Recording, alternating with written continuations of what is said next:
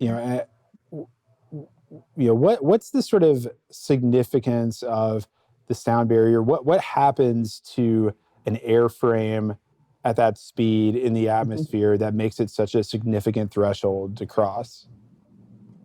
Yeah, so there is I appreciate you're asking that question because it's the best question that nobody ever asks.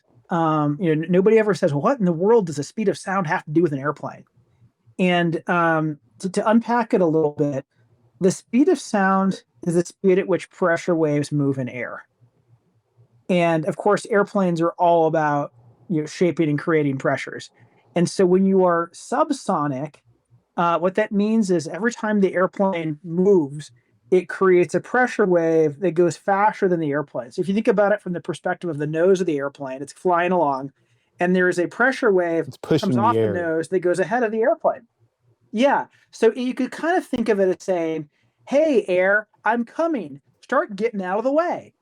And but when you are supersonic, the airplane is now outrunning the pressure wave. And this is why it is a very discrete point at which physics change.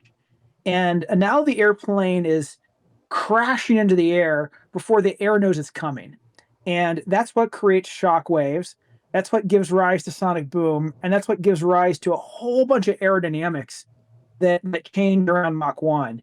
And if you go back to the very early days of flying, but before in the military world we cracked supersonic, people thought it was a sound barrier because they didn't know how to design airplanes that would stay stable, both super and subsonic. And so as you approach the speed of sound, one of the things that happens aerodynamically is the center of lift shifts backwards, which means if you can kind of think of lift as like a force that's like pushing up on the airplane, and you got to keep lift underneath the center of gravity so the airplane stays balanced. But when the center of pressure moves aft, now it means that basically you lift is pushing up at the back of the airplane. Nothing's balancing on the front of the airplane, and it tends to like tip over. And that's why aviators called it like there's a sound barrier or there's a demon at Mach 1, because as they got closer to Mach 1, the airplane would want to enter a dive, and the only way to get out of the dive and get the center pressure back where you need it is to slow down, but you're in a dive and you can't slow down.